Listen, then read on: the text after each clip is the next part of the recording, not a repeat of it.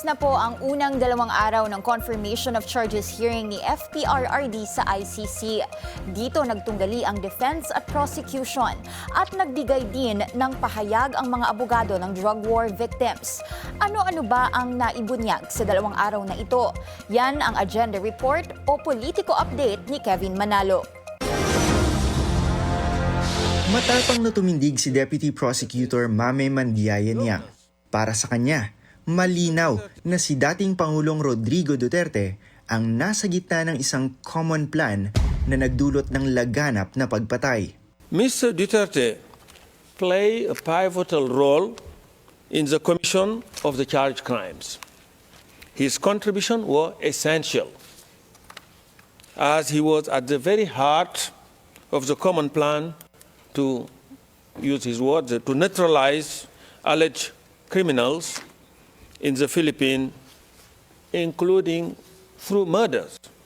Inilatag ng prosecution ang sinasabing matitibay na ebidensya mula sa mga pagpatay sa Davao noong binuo ni Duterte ang Davao Death Squad hanggang sa patayan sa buong bansa nang maupo siya sa Malacanang.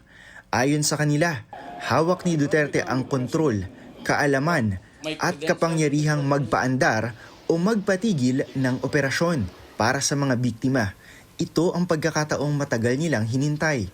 These brutal and cruel leaders must be held to account for their brazen disregard of humankind's right to life.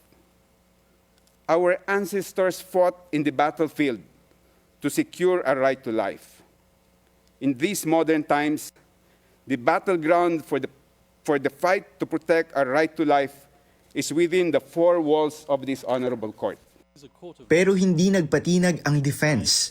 Para kay Attorney Nicholas Kaufman, ang kaso raw ay manipis at may bahid ng politika. That this is a court of law which decides matters on the basis of evidence, not on the basis of political demagoguery. Mas tumindi ang bigat ng ebidensya nang ipakita ng prosecution ang pattern ng libo-libong pagpatay. Kasama ang mga pahayag ni Duterte na tila nagbubunsod ng karahasan. Inilatag nila ang matrix na nag-uugnay sa mga co-perpetrators at unit na umano'y bahagi ng operasyon. Isang estrukturang nagpapakita ng kapangyarihan at kontrol mula sa itaas. Kasunod nito, ang malamig na estadistika. Libo-libo ang napatay mula sa operasyon ng pulisya at PIDEA. Kasama rin sa ebidensyang ipinakita ng prosecution ang mga insider witness accounts o mga testimonya ng mga dating miyembro ng Davao Death Squad at reward money sa bawat mapapatay. Para sa CLRV, hindi ito giyera kontra droga, kundi giyera kontra moralita. Justice cannot restore their loved ones, but it can restore dignity. Suportado nila ang mga argumento ng prosecution. Hindi aksidente ang mga pagpatay. Planado, sistematiko at walang sinasanto. Sa Huwebes at Biyernes, pagkakataon ng defense na bumawi, kontrahin at subukang gibain ang ebidensyang nakalatag laban kay Duterte.